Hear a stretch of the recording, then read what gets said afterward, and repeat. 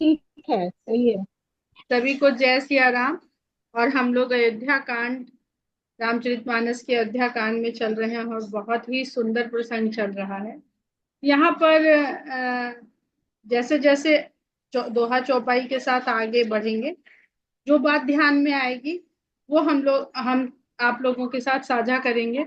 और बिल्कुल ये चाहते हैं, हम लोग का उद्देश्य ही ये है कि सुनते समय आप लोगों को जो कुछ भी भाव आता है, अगर उस समय, तो हमारा समय क्योंकि सीमित होता है और बाद में भूल जाते हैं, तो आप उसको कहीं पॉइंट आउट कर लीजिए, लिख लीजिए, चाहे मोबाइल पे डाल दीजिए मेरे इनबॉक्स के साथ में। और उसको अगले दिन आप लोग उसी विषय पर बातचीत करिए, तो उससे सबको ही लाभ होगा बहुत। क्योंकि जितनी अधिक चर्चा करेंगे हम लोग, यही वही सत्संगति का लाभ है। एक ही बोले और बाकी सुने, तो उसमें कोई लाभ नहीं है। जितना हम लोग आपस में बातचीत करेंगे, इसलिए मंगलवार तो कम से कम हम लोग ने रखा हुआ है कि कम से कम एक दिन तो हम लोग अवश्य बात कहें। लेकिन अगर उसी समय कोई ऐसा भाव आया है जिस पर आप कुछ कहना चाहते हैं, साझा करना चाहते हैं, तो उसको अपने पास नोट कर लीजिए और उसका लाभ सबको उठाने दीजिए। जो आपके मन में भाव आया है, जैसे अभी अमिता जी ने बहुत सुंदर ढंग से कल का जो हम लोगों की ज्योत्सना जी ने जो अपना प्रश्न रखा था उसके बारे में जो भी बताया। हम लोग दोहा संख्या 243 तक शायद पढ़ चुके थे।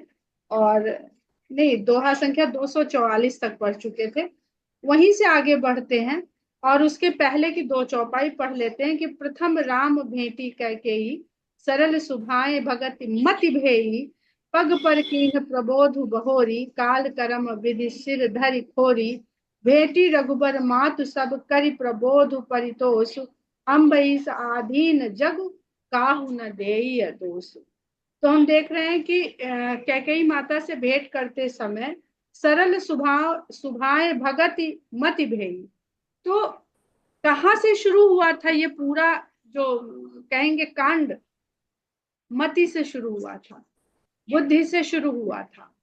सरस्वती माता ने मंत्रा के द्वारा पहले मंत्रा की बुद्धि में अपना जो होनी थी उसका प्रभाव पैदा किया, होनी को होने के लिए।